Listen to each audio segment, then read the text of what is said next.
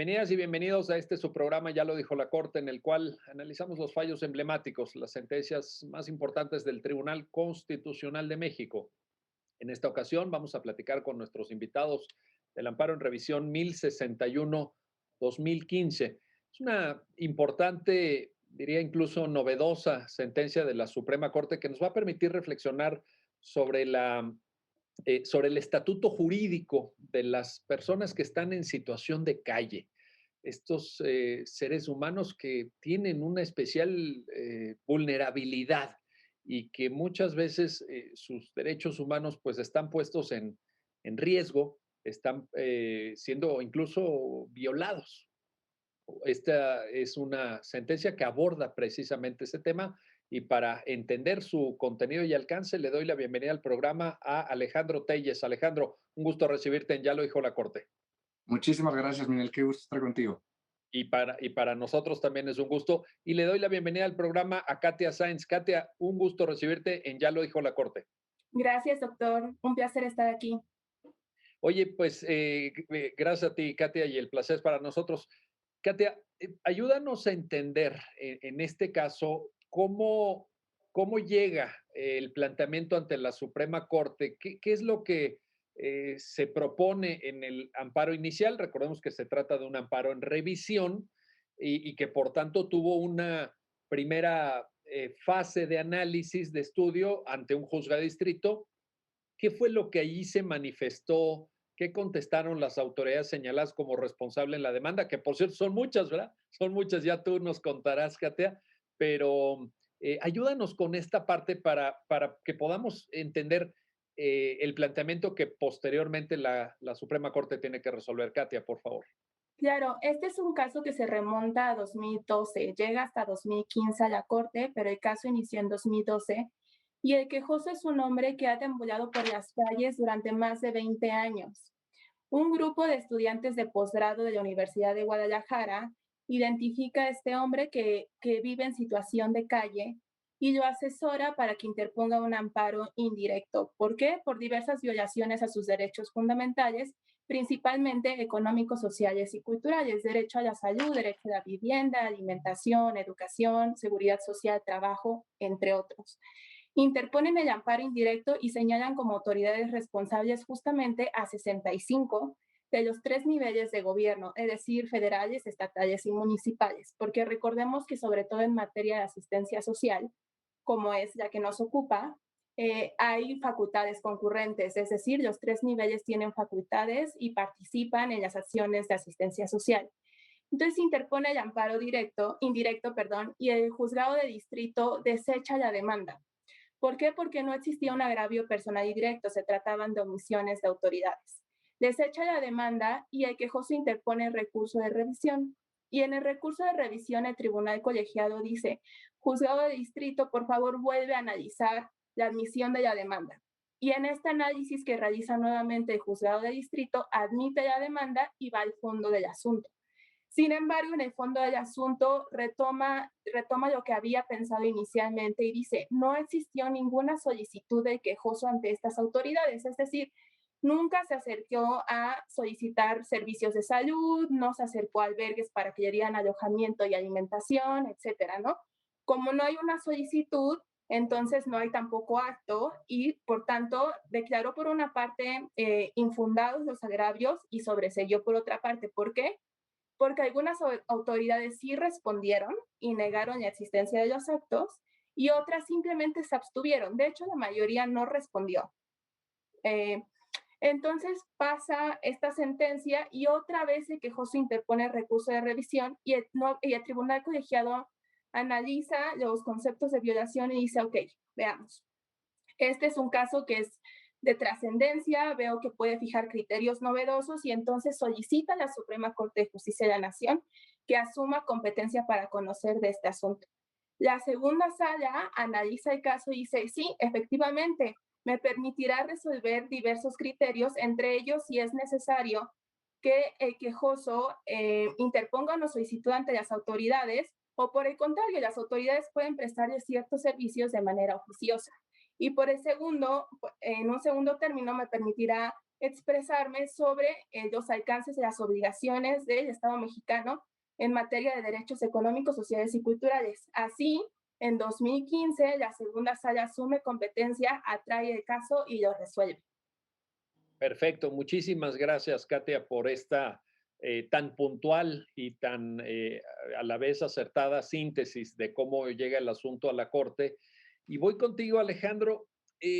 Fíjate que me llamó la atención revisando la sentencia que en un primer momento la segunda sala hace una reflexión sobre la situación de esta persona, una situación que, como ya lo dijo Katia, pues es humanamente muy dolorosa, muy peculiar también, Alejandro, tal vez ese sea el término, porque se trata de una persona en situación de calle, pero de larga duración, décadas, décadas viviendo en la calle, y la sentencia incorpora una nota a pie de página muy llamativa de Michel Foucault, este gran filósofo francés, en donde dice, bueno, es que estas personas son las personas vulnerables dentro de sociedades que tienen altos grados de marginación, de exclusión, de violación de derechos. Te pido, Alejandro, un primer comentario sobre la figura misma del promovente. ¿Te llama la atención? No es algo común tampoco en el Poder Judicial de la Federación. Un comentario, por favor. Muchas gracias, Miguel. Claro, retomando la excelente exposición que hace Katia, me parece de estos casos paradigmáticos y que tal vez muchas veces no ha recibido la atención debida. ¿Por qué? Como cualquier persona, independientemente de si somos abogadas, abogados, etcétera, nuestro primer acercamiento al derecho es el entendimiento de un reconocimiento de derechos fundamentales, ¿no? Desde que estamos en la primaria, educación básica, nos dicen, tú como persona tienes determinados derechos que el Estado mexicano tiene que asegurar y proteger, ¿no? Sin embargo, muchas veces no llevamos esa pregunta a un plano más allá, y es la implicación de cómo el Estado mexicano tiene que proteger estos derechos, ¿no? En este caso, es una persona en situación de calle que constituye un grupo vulnerable y que lo dice, llevo 20 años viviendo en la calle, no tuve derecho a acceso a la educación, no tengo asistencia social, a un hogar y a todas estas prerrogativas que vienen establecidas tanto en la Constitución como en tratados internacionales, ¿no? Entonces, la pregunta me parece muy relevante porque pasa de la romantización del texto constitucional y de estos tratados a determinar en efecto qué tiene que hacer el Estado. Ahora, además, es muy importante esta sentencia porque dentro de los argumentos que se exponen viene parte de lo que se tiene que entender que es la política de justicia por parte de un país. Como bien lo mencionabas en este primer apartado, en las sentencias hace referencia a las personas de situación de calle y cuál es la función del Estado por cuanto al respeto de su libertad, tanto positiva como negativa, pero también en un modelo de justicia distributiva, ¿no? En la sentencia se reconoce que estas personas están en esta situación por distintos factores, ¿no? Factores macros, factores intermedios y factores micro. Es decir, influye un contexto de pobreza en el país, influye un contexto de distribución de recursos, también cómo ha sido la relación con las instituciones y el establecimiento de determinados programas sociales y también ciertos factores que están relacionados con las decisiones íntimas que tiene la persona, ¿no? En su vida privada y en su toma de decisiones diarias. Muy interesante también porque ahí la sentencia habla o empieza a desarrollar un poco de lo que es este principio de libre desarrollo de la personalidad y hasta dónde se puede inmiscuir en el Estado, ¿no?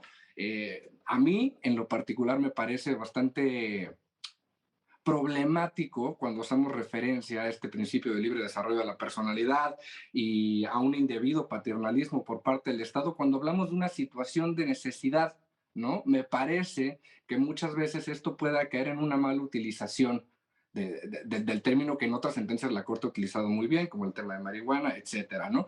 Entonces, sí, en este primer apartado, en síntesis, se reconoce a este grupo como un grupo vulnerable, se reconoce que el Estado tiene determinadas obligaciones que atender y hace este ejercicio de hasta dónde sí y hasta dónde no, para ya posteriormente analizar el agravio que deviene desde sus conceptos de violación, que es si el ejercicio de este tipo de derechos económicos, sociales y culturales está condicionado a que la persona en situación de calle presente ante las múltiples autoridades un escrito en el que pida que se le hagan valer estos derechos.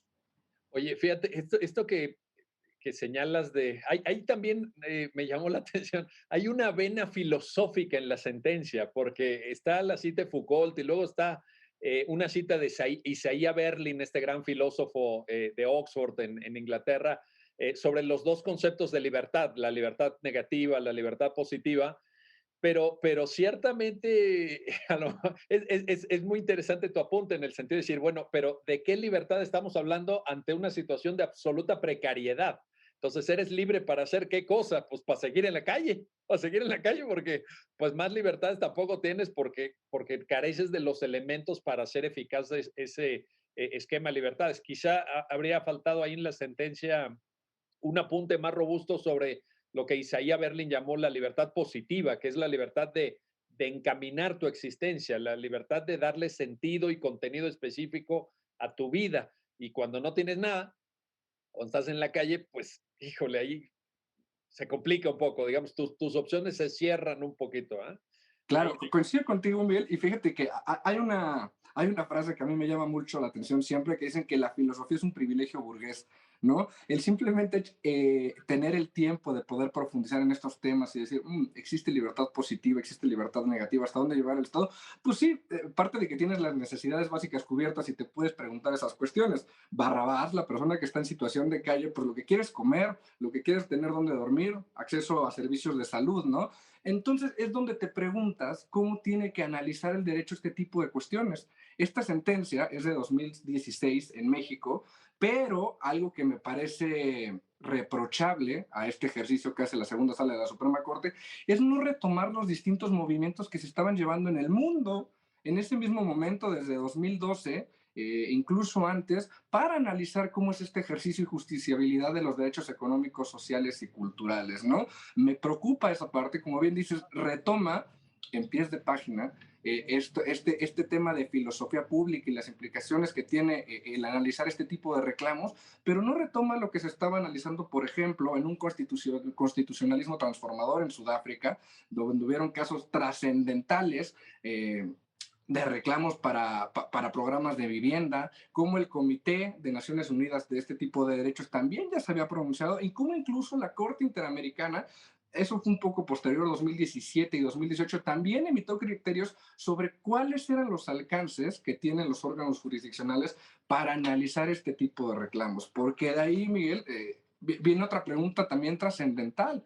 ¿Hasta dónde está el límite de actuación de los órganos jurisdiccionales cuando se trata de temas de políticas públicas, ¿no? ¿Hasta dónde vamos a permitir que estos órganos se conviertan en, llamados así, legisladores?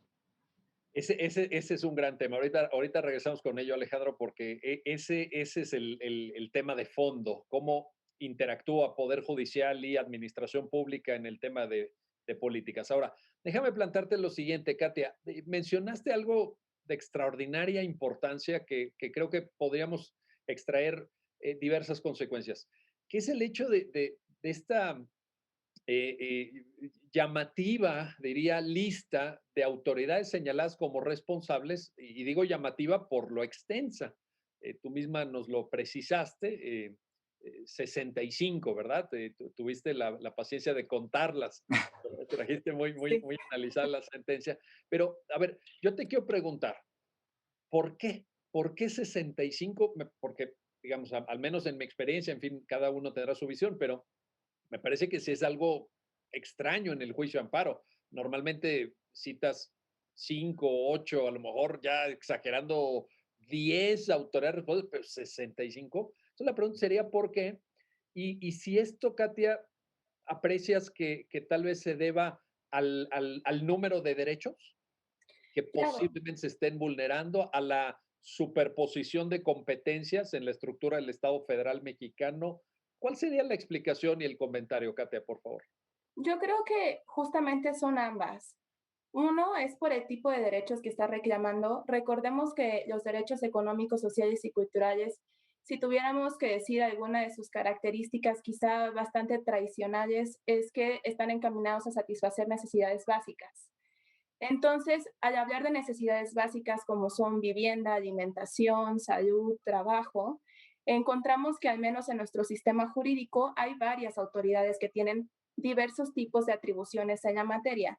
Por ejemplo, cuando hablamos de albergues, vemos que el DIF tiene algunas atribuciones, pero también los sistemas estatales tienen otras. Y en algunos otros casos son los municipios los que tienen programas, por ejemplo, de otorgar alimentación a personas en situación de calle. Es decir, existen diferentes atribuciones que convergen. Claro, cada una con diferentes maneras de ver esta situación, esta problemática. Igual en materia de salud, tan solo si analizamos, vemos que hay ahorita con el tema de la pandemia, hay hospitales que están a cargo de la federación, hay hospitales que están a cargo de los estados, y entonces creo que tiene mucho que ver con la situación de vulnerabilidad en la que se encuentra el quejoso. Es decir, no he recibido atención por parte de ninguna autoridad, de ningún nivel de gobierno, ni las autoridades municipales, que a veces se piensan como las que son el primer contacto directo con la población. Me han hecho caso, tampoco los estatales y tampoco los federales. Y entiendo que no he tocado la puerta, pero también creo que valdría la pena preguntarnos, las personas que están en situación de calle, pues también se entiende que están en una especie de marginación social, exclusión social. La sociedad ya no voltea a verlos, preferimos creer que no están ahí porque incluso, digamos, el Comité de Derechos Económicos, Sociales y Culturales en una declaración que hizo en una, en una convención internacional, justamente dice, a menudo cuando vemos violaciones de derechos civiles y políticos nos escandalizamos. Se vuelve una cosa tremenda en la sociedad cuando vemos, por ejemplo, violaciones a la libertad de expresión. Se habla muchísimo de eso, pero en el caso de los derechos económicos, sociales y culturales nos hemos acostumbrado a ver sus violaciones como una triste realidad con la que convergemos todos los días.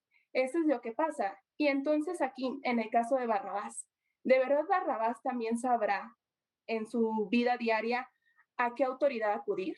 ¿Sabrá los diferentes niveles de gobierno?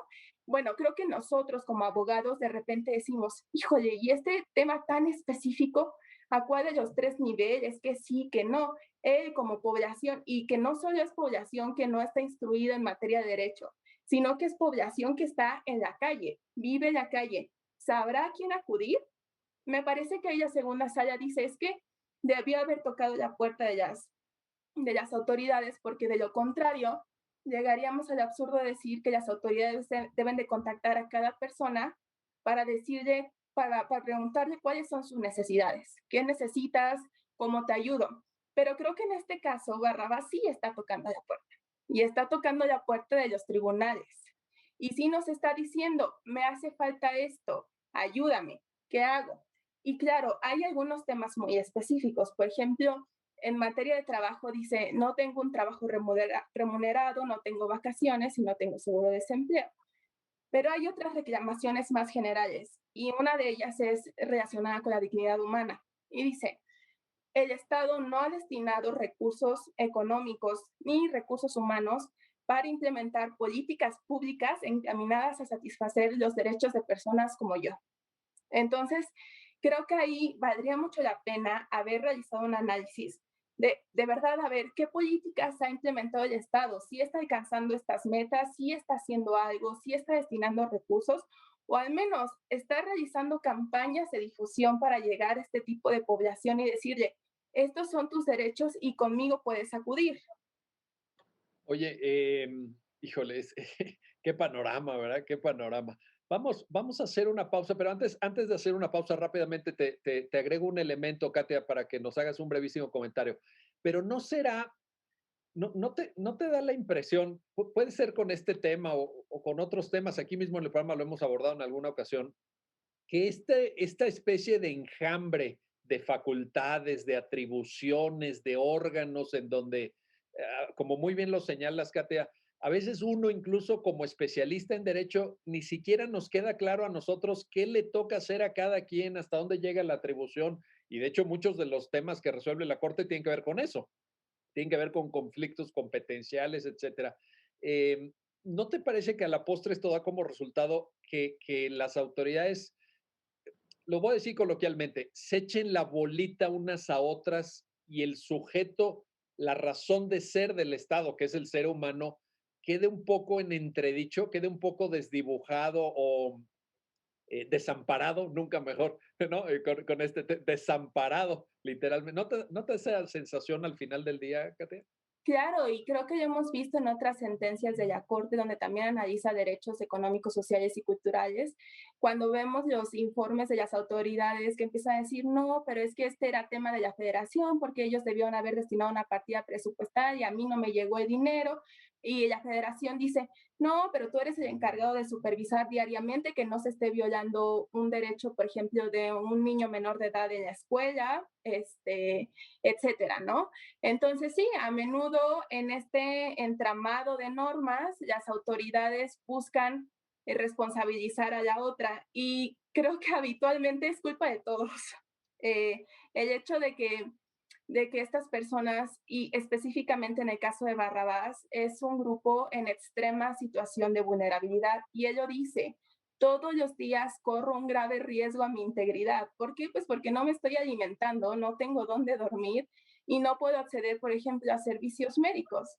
Y creo que es un círculo vicioso cuando analizamos los derechos que Barrabás dice que se le han violado. Uno de ellos es a la identidad y personalidad jurídica.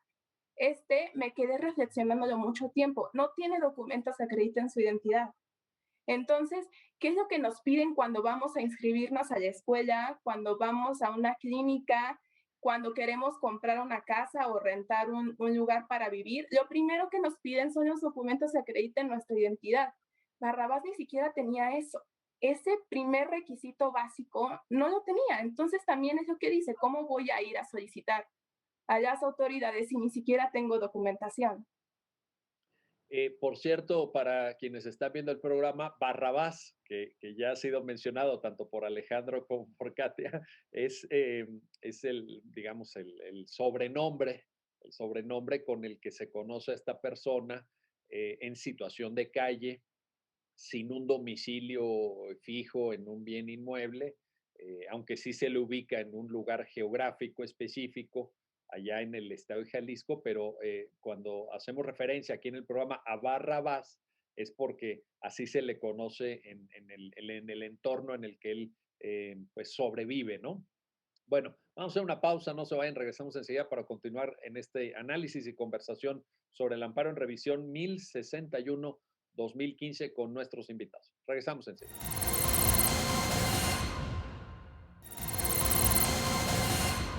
Ya estamos de vuelta, ya estamos de regreso para continuar en el análisis y comentario de este amparo en revisión 1061-2015 con nuestros invitados. Y regreso contigo, Alejandro. Alejandro Telles, para preguntarte lo siguiente. A ver, de entrada, el juzgado de distrito, cuando recibe la demanda original de amparo indirecto, pues de entrada lo rechaza. Ya nos lo platicaba muy bien al principio, Katia. La rechaza, tiene que llegar al colegiado, el colegiado ordena la admisión, porque ni siquiera ese primer paso, obviamente indispensable para obtener la protección de la justicia federal, ni siquiera en ese primer paso eh, parece haber algún tipo de respuesta institucional adecuada a las necesidades de el señor Barrabás o el señor conocido como Barrabás, ¿verdad? ¿Qué te sugiere esto, Alejandro? ¿Qué nos está lanzando ya una señal desde el juzgado de distrito de que este tipo de casos o no se sabe cómo procesarlos o de entrada mmm, salimos con la formalidad del interés jurídico, este tipo de cosas que a los abogados nos encantan, ¿verdad? Pero que a la postre, quién sabe si den el mejor resultado. Un comentario sobre eso, Alejandro. Gracias, Miguel. Fíjate que a mí me parece que tanto la primera determinación como la segunda, por parte del órgano que conoció este juicio de amparo, es no querer conocer y no quererse meter al fondo. Si nos vamos con sus respuestas, pareciera que pudiera existir una respuesta sencilla a esta judicialización de derechos sociales, culturales y económicos, ¿no? En un primer momento se desecha porque dice, no, pues como tal no hay un acto de aplicación que te afecte y además tus conceptos de evaluación están enfocados en apreciaciones subjetivas sobre lo que te está sucediendo, ¿no? Después de que viene este recurso de reclamación en contra del desechamiento, pues sí, ya tiene que entrar al estudio, pero si nos damos cuenta, el análisis que procede en estudio de fondo sobre los actos y omisiones combatidos es porque no se presentaron los informes justificados, no porque el órgano de amparo quisiera entrar a estudiarlos, ¿no? Como esta primera determinación se divide en dos partes. Por una parte se sobresee y en una segunda parte se tiene que entrar porque se tienen que tomar por ciertos, ante la falta de estos informes justificados, se tienen que tomar por ciertos estos actos combatidos. Y es ahí donde se precisa, bueno, si bien son ciertos, otra cosa es su constitucionalidad y otra es el análisis que tenemos que hacer. Pero bajo una misma premisa de que es necesario primero acudir a las instancias para pedir que se te respeten o que se te garanticen estos derechos, es que ya se puede analizar como tal el contenido de los programas, de las acciones, etcétera. Pero sí, como bien lo mencionas, creo, cuestión que pudiera estar equivocado, que sí hay un primer momento en el que no se quiere analizar a fondo esta problemática. Y es entendible, también hay que ver que esta judicialización de estos derechos mal llamados, creo yo, de segunda generación, no es común, ¿no? Siempre se tomó en cuenta que correspondía lo de los civiles y políticos a los órganos jurisdiccionales y que los otros debían quedar reservados a otro tipo de autoridades, ¿no? Los encargados de hacer programas sociales, políticas públicas, porque aquí ya viene un tema de recursos, incluso pudiera haber una objeción mayoritaria y democrática al tema de que los tribunales se metan a establecer hospitales, a establecer ciertos parámetros, pero en el mundo ha pasado. En el mundo cada vez se está más consciente de que los órganos constitucionales, que los órganos del Poder Judicial tienen que acercarse más a la ciudadanía y tienen que hacer a un lado determinados tecnicismos para en realidad cumplir con su cometido, ¿no? Que es el de brindar justicia, diría la sentencia en algún momento, justicia distributiva, que parece peligroso, que en una sentencia fijemos que ese es el orden ya como tal del Estado, pero sí tenemos que acercarlo de mayor forma y dar una mejor respuesta a este tipo de reclamos. Ahora, en ese sentido, Katia, para extender el análisis tan puntual y claro que Alejandro nos acaba de ofrecer, ese es el tipo de respuesta que, bien o mal, pero da el juzgado de distrito, llega a la corte y entonces la oportunidad de la corte era en el sentido de ver una construcción argumentativa respecto a estos derechos que estima Barrabás que se le están vulnerando, pero desde una proactividad del Estado, no desde el enfoque de la libertad, de que usted es libre y todo eso, sino de una tarea del Estado de construir las políticas suficientes para que a esta persona no se le vulneren sus derechos, como me parece que es obvio que se le están vulnerando, ¿verdad? O sea, nadie dice, bueno, yo en ejercicio de mi libertad renuncio a mi casa, renuncio a mi trabajo, renuncio a condiciones de salud y me voy a vivir a la calle, ¿no? Y esa es mi libertad, vivir en la calle. Yo creo que eh, hay razones, hay motivos, hay pues consecuencias de giros que da la vida en sentido negativo, ¿verdad? Porque a muchas personas la vida les pasa por encima, las atropella. Y entonces, ¿cuál tendría que haber sido la respuesta? ¿Cómo el derecho, Katia, cómo el derecho debería de estar soportando, apoyando, fundamentando los derechos de este tipo de personas? Creo que la sentencia perdió un poco de vista esta parte social, esta parte humana de la persona, de la situación en la que se encuentra. La Corte dice, la pregunta a resolver es si el quejoso debe solicitar los servicios ante el Estado, es decir, a instar los mecanismos que prevé la legislación para acceder a estos servicios o por el contrario, las autoridades deben de hacerlo proactivamente, teniendo en cuenta en este caso especialmente la situación de vulnerabilidad en la que se encuentra la persona. La Corte al final termina diciendo sí tiene que instar los mecanismos, tiene que acudir, existen programas, entonces que toque la puerta. En mi opinión se queda un poco corta la sentencia en ese sentido. Creo que debió haber analizado las obligaciones que tiene el Estado mexicano derivados sobre todo de instrumentos internacionales que ya forman parte de nuestro marco jurídico. Dos principalmente, el Pacto Internacional de Derechos Económicos, Sociales y Culturales, y el segundo, que es el Protocolo de San Salvador, que es el Sistema Interamericano de Derechos Humanos. Creo que justamente debió haber analizado si el Estado de verdad está implementando políticas públicas para que esta población pueda acceder a esos servicios, si está realizando campañas de concientización y difusión, si está destinando recursos públicos, porque a menudo vemos que una de las quejas sociales de la población es, dicen, qué bonito que me reconozcas 50,000 derechos en la Constitución, Constitución Federal y constituciones locales, pero ¿cómo los veo en mi día a día? ¿Cómo los exijo? ¿Cómo se reflejan en mi vida?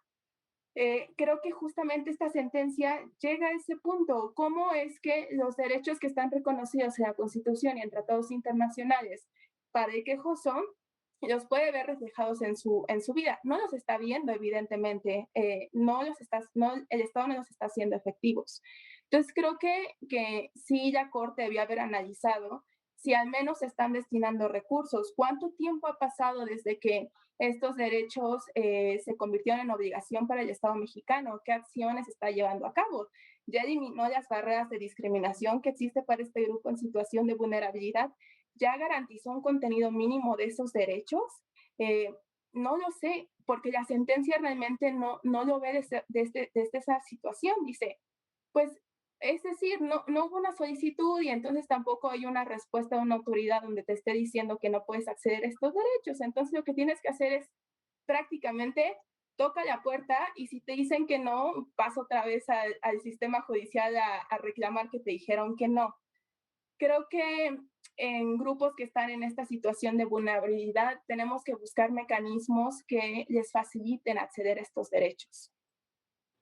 Oye, a ver, y en ese sentido, Alejandro, en esta consideración que hace Katia, ¿eso implicaría una visión más proactiva de políticas públicas en aras a garantizar los derechos humanos de la población en situación de calle? Y te lo pregunto así, casi a un nivel micro, porque ahorita, por ejemplo, escuchando a Katia, efectivamente es un tema de recursos, hay que destinar dinero, vaya, pesos, centavos, pues, pero de pronto también hemos visto asuntos aquí mismo en el programa donde la autoridad dice, hay una partida presupuestal, nomás que de repente se acabó o de repente no alcanzó o de repente lo gastamos en amueblar un edificio o en suministrar vehículos nuevos a los funcionarios, pero ya no, bueno, ya darle techo a Barrabás o tramitar su acta de nacimiento, su identificación, no, ya para eso ya no alcanzó.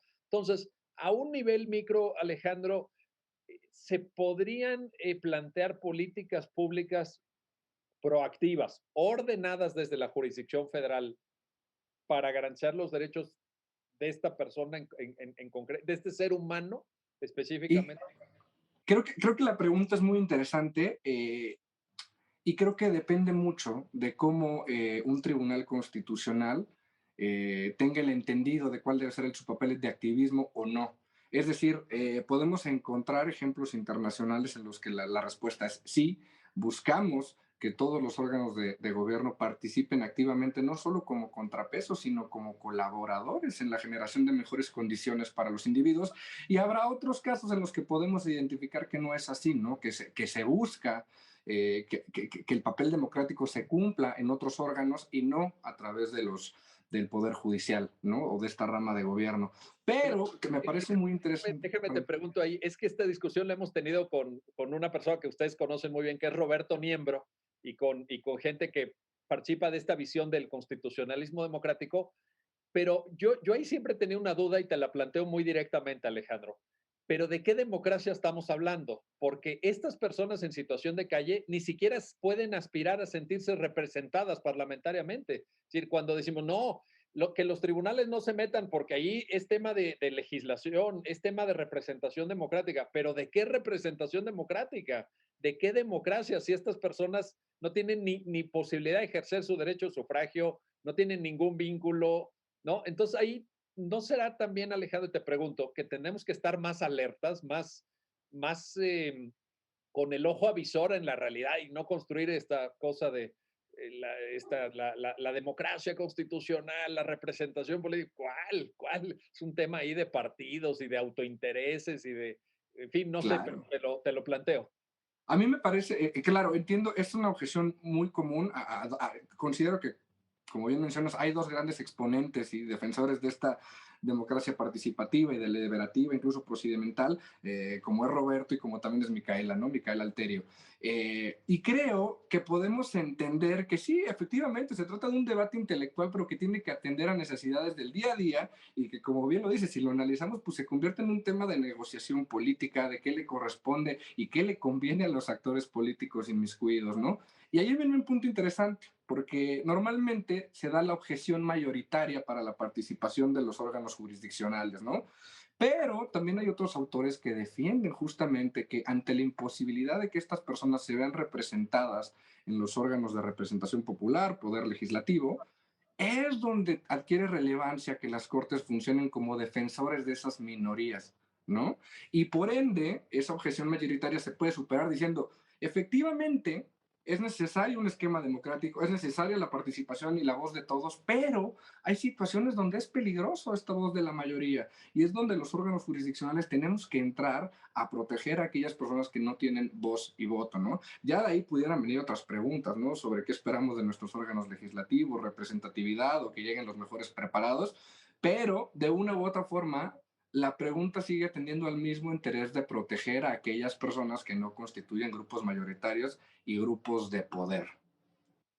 Y en eso, tal vez, Alejandro, tendríamos que construir un modelo de democracia constitucional más sofisticado, porque ni siquiera estoy seguro, digo, esto sería por otro programa, pero ni siquiera estoy seguro que esos órganos parlamentarios o del Poder Ejecutivo representen a la mayoría, porque luego uno también ve los resultados electorales y dice, híjole, ¿y cuántos votaron por eso? No, sí, votaron millones y sí, millones y millones, pero que a la postre en el conjunto de la población pues son, no son la mayoría numérica, no son el 50% más uno. Entonces también ahí yo tengo muchas dudas de esta concepción de que hay como una visión mayoritaria y una contramayoritaria, no lo sé. Y me parece que este momento, que como bien lo señalas, es innegable, un momento de desencanto con la democracia, nos permite reformular nuestro modelo, pero también preguntarnos qué podemos hacer desde los órganos jurisdiccionales, ¿no? ¿Qué podemos? Y es donde toma relevancia, a mi entender muy particular, el constitucionalismo transformador, ¿no? Y es, ante esta ausencia de garantías por parte de los órganos legislativos de representar y buscar los mejores intereses para la sociedad, deben de entrar a través de las sentencias mecanismos que puedan asegurar que las personas tengan acceso a estos bienes básicos. Como lo decía Katia, se está convirtiendo de una u otra forma en romantización de los derechos, que me parece que también es una cuestión muy latinoamericana, hacer más robusto nuestro esquema de reconocimiento de derechos y derecho a la banda ancha y a que todos tengamos comunicaciones por internet.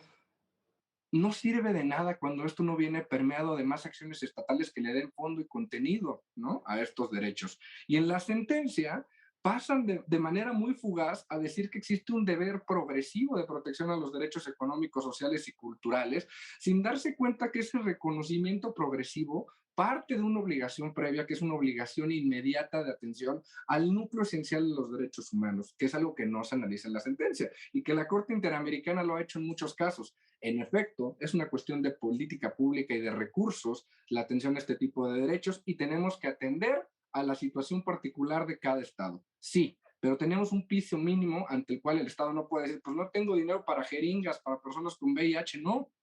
Este tipo de derechos requieren acciones inmediatas de garantía a los cuales se tiene que atender y ya con posterioridad e ir trabajando progresivamente y alcanzar mejores situaciones y condiciones.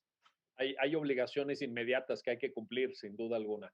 Ahora, esto que decías de América Latina, sí, caray, hemos vivido un constitucionalismo que ha ido ampliando la base de los derechos, pero yo ahí digo nada más así, te lo comento entre paréntesis y casi casi a título personal, yo no dirigiría mi crítica hacia la plasmación de derechos cada vez más numerosos en las constituciones, sino a la falta de garantías efectivas de estos derechos. Sí, no, yo creo que tener un derecho de acceso a nuevas tecnologías y a Internet como derecho humano, pues yo la verdad, te lo digo, es más, si no lo hubieran, ni siquiera estaríamos grabando este programa, ¿no? O sea, lo que hay que criticar es que estos derechos se formalizan en un documento jurídico y luego no se hace nada para aterrizarlos en la práctica. Pero que estén ahí, yo siempre a mis alumnos les digo, cuando viene alguna crítica por el exceso de derechos en las constituciones. Y digo, bueno, ¿con cuál quitamos? Díganme cuál quitamos, ¿no? ¿Y qué ganamos quitando esos derechos de ahí?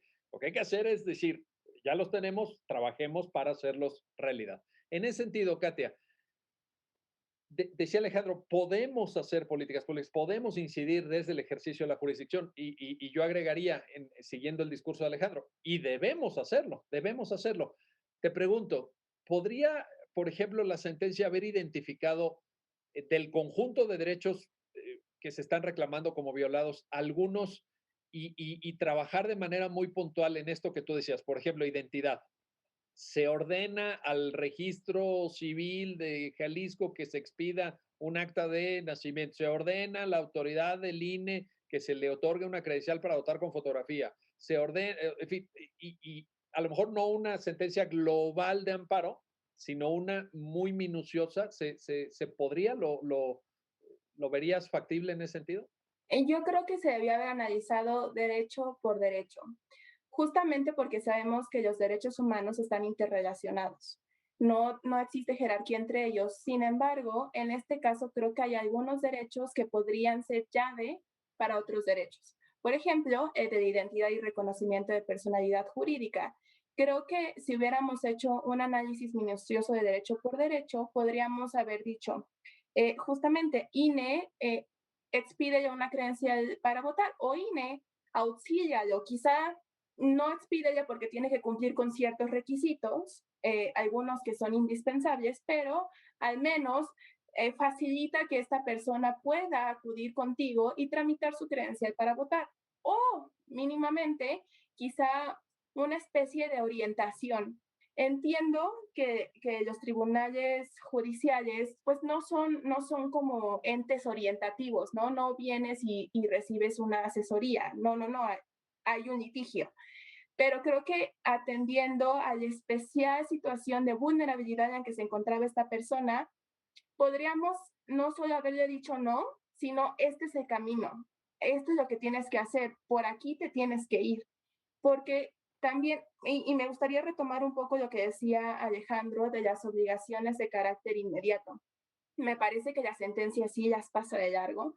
Y claro, lo que dicen los estándares internacionales es, estoy de acuerdo que implica destino de recursos económicos, que el desarrollo de estos derechos a nivel nacional implica pues también las condiciones socioeconómicas e incluso culturales que vives, porque quizá no llevas en este momento la salud no es tu tema de emergencia en tu país, ¿no? Quizá tú estás viendo que lo que hay es una hambruna excesiva. Entonces vas a dedicar gran parte de tus recursos económicos a atender el problema de hambruna, ¿no? Entonces así vas a ir jugando a lo largo de los años en destinar recursos a las problemáticas que te vayan surgiendo como sociedad. Sí entiendo esa parte, pero también esta progresividad de los derechos económicos, sociales y culturales no significa que puedas dejar suspendidos su cumplimiento. No quiere decir que me voy a esperar 10 años y en 10 años empiezo a realizar acciones. No, lo que implica es que desde hoy vas a tomar un caminito para maximizar el ejercicio de estos derechos, su goce diario. Eh, a mí me gusta mucho un ejemplo muy simple. No es que hoy vayas a tener la casa construida, pero sí implica que hoy vayas a poner el primer ladrillo y que te fijes metas para decir, en 6 meses voy a tener la varilla y en un año voy a tener las ventanas y me voy a fijar metas e indicadores. Es decir, voy a estar analizando cómo voy, si estoy cumpliendo, qué me falta, en qué estoy fallando, si estoy destinando suficientes recursos y si no estoy destinando recursos, ¿por qué no estoy destinando recursos? ¿A dónde se están yendo estos recursos? ¿Qué es más prioritario? Es lo mismo con los derechos económicos, sociales y culturales. Creo que la Corte debió haber analizado en qué medidas estaban cumpliendo estos derechos para la población en situación de calle, que a menudo pensamos que es muy poca, pero la verdad es que no. Hay una gran dificultad en censarlos, pero los últimos censos, hay uno muy interesante que realizó el INEGI en 2020, en la que acudió justamente a las calles donde duermen para intentar censarlos y aún así tuvo muchísimas dificultades.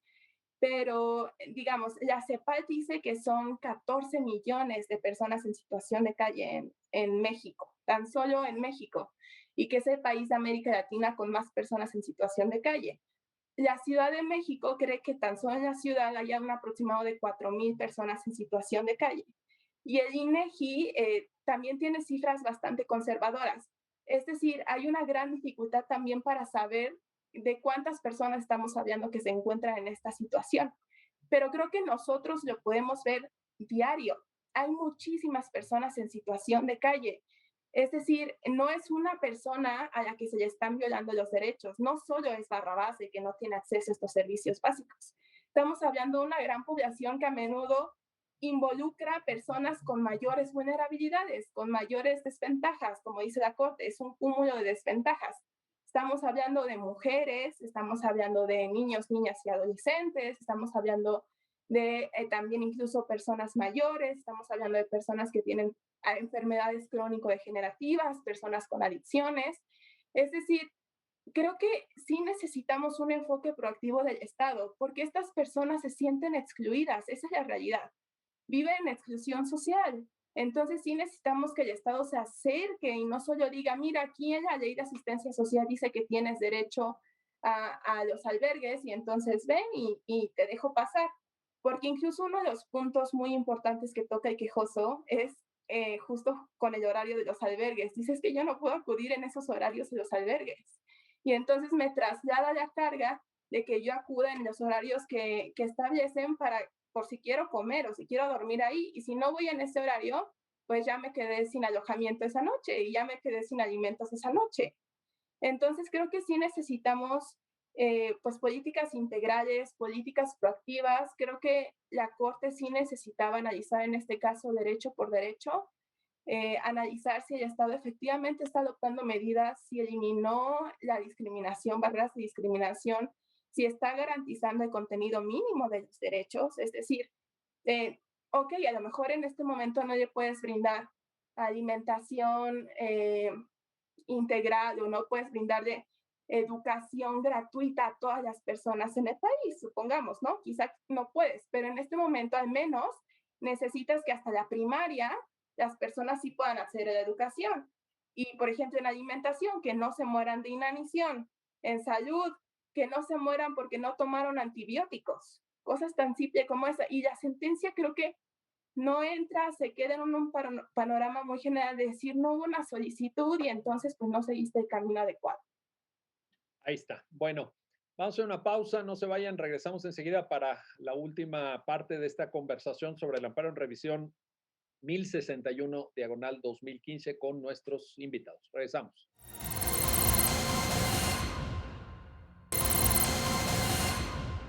Ya estamos de vuelta, ya estamos de regreso para la última parte de la conversación y análisis sobre este amparo en revisión 1061-2015 con nuestros invitados. Y quiero regresar contigo, Alejandro Telles, para lo siguiente.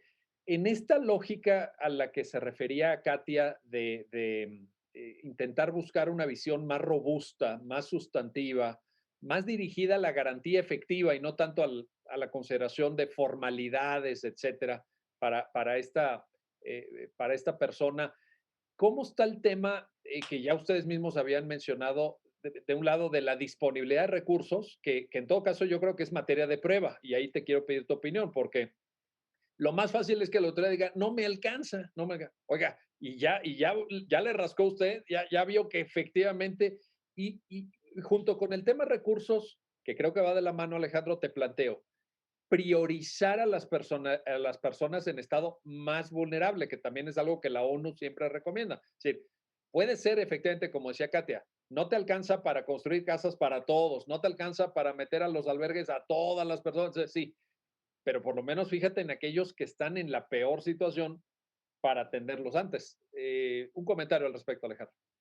Es un tema fundamental, trascendental y complicado. Ante la innovación que se busca de que los órganos jurisdiccionales analicen este tipo de políticas públicas, pues la primera pregunta es, ¿y estos operadores jurídicos están capacitados en materia de elaboración de políticas públicas, análisis presupuestales, etcétera? Pues no, pareciera ser que nuestra materia es otra, ¿no? Pero lo que sí es muy interesante es cómo se pueden analizar las condiciones en las cuales se implementan estas políticas públicas. Para poner un ejemplo muy sencillo, ante la Corte Sudafricana en el año 2002 se presentó un caso similar en un tema de housing o vivienda, ¿no? Una persona que requería que después de la apartheid y esta situación de repartición de tierras, etcétera, un contexto político y social muy complicado, no tenía un lugar para pernoctar, ¿no? Las autoridades, al igual que acá, señalaron en un primer momento, pues los programas ahí están, hay programas sociales a los cuales puedes acceder, etcétera. Pero en este caso, la Corte Constitucional lo que analiza es, ok, existen estos programas, pero como órgano constitucional puedo dar un paso más allá y es analizar cómo está formulado estas políticas públicas, estos programas sociales, para ver si cumplen con determinadas condiciones, como tú lo mencionabas, de protección a los grupos vulnerables, ¿no? Y a los grupos más desaventajados. ¿Esto cómo funciona? Pues una perspectiva de interseccionalidad es muy necesaria, ¿no? Cuando hablamos de personas en situación de calle, pues podemos olvidar que hay otras atenuantes o otras agravantes, ¿no? Que se tienen que considerar. No es lo mismo una persona en situación de calle mayor de edad que un menor de edad, que una mujer embarazada. No es el mismo tipo de violaciones a las que se presentan, ¿no? Y si uno se va rascando y rascando un poquito más los temas, pues se va a dar cuenta que hay personas indígenas en situación de calle que tienen un problema de simplemente poder comunicar sus necesidades porque no saben hablar español. Entonces, es difícil la elaboración de políticas públicas que atienda todas estas necesidades, pero las cortes constitucionales o estos órganos jurisdiccionales, analizando estos casos concretos que se le presentan, pueden establecer determinadas directrices, ¿no? Acá lo preocupante es eso, la línea de pensamiento de la Corte que se va moviendo conforme a este sistema de precedentes, pues nos dejó un elemento o un ladrillo muy sensible o poco cimentado, ¿no? ¿Qué es esta sentencia? Creo que vale la pena reconsiderar cuál va a ser la postura de la Corte ante este tipo de problemáticas, hacer un análisis mucho más profundo sobre el reconocimiento de los núcleos esenciales de este tipo de derechos sociales, económicos y culturales, y que de ahí podemos identificar cuál es la línea de acción que quiere seguir la Corte, ¿no? Porque también esta misma pregunta sobre cómo reconocer el núcleo esencial de los derechos, de estos derechos fundamentales, no es sencilla y hay perspectivas internacionales mucho más comprensivas que otras. Por ejemplo, tenemos el caso, repito, de la Corte sudafricana, donde se considera que para poder delimitar qué es este núcleo esencial de derechos fundamentales, se tiene que analizar cuál es la situación específica de los grupos más desaventajados o más vulnerables, ¿no? En el caso de Sudáfrica se hizo por las personas que se vieron afectadas por el tema de la apartheid, etcétera, y con base en ese reconocimiento de situación de necesidad, delimitamos cuál es el piso mínimo. La Corte Interamericana hace un análisis distinto, hace un análisis, me parece, más operacional de ciertas características como accesibilidad, como garantía, etcétera, con las cuales delimitamos ese piso mínimo. Pero cada vez tenemos una Suprema Corte mexicana mucho más activa, mucho más operativa. Sería interesante ver cuál es la nueva postura, ¿no? De esta conformación de la Corte y ver hacia dónde quieren delimitar el actuar de nuestros órganos. Y ciertamente la variabilidad geográfica, por decirlo así, del tipo de respuestas que este problema o este tipo de problemas genera en las jurisdicciones constitucionales es muy llamativo. Citaste Sudáfrica, podríamos mencionar Colombia también, que ha dictado Claro. algunas sentencias, la Corte Constitucional colombiana más, digamos, sustantivas o con esta visión que describes, Alejandro, de proactividad y otros tribunales, pues que se han quedado en un formalismo, digamos, más de corte clásico, por decir así. No lo digo como crítica, simplemente con una visión del derecho, pues que no necesariamente empata con estas visiones más progresistas. Ahora, en ese sentido, Katia, eh, podríamos, por ejemplo, pensar en la experiencia también del derecho comparado en estos documentos que tú misma has mencionado de las observaciones generales de la ONU, en una suerte de diálogo entre judicatura y órganos de administración pública para construir mecanismos de garantía. Me refiero, por ejemplo, también a sentencias que requieran una supervisión periódica, un acompañamiento, porque a lo mejor esto tampoco se puede lograr de un día para otro, ¿no? Pero en ese diálogo, en esa conversación, entre comillas, ¿no? En esa conversación entre órganos, ¿se podría dar algún tipo de respuesta a la problemática de personas como Barrabás? Creo que nunca vamos a encontrar una solución homologada para los problemas que generan los derechos económicos, sociales y culturales, su aplicación, su desarrollo, su maximización.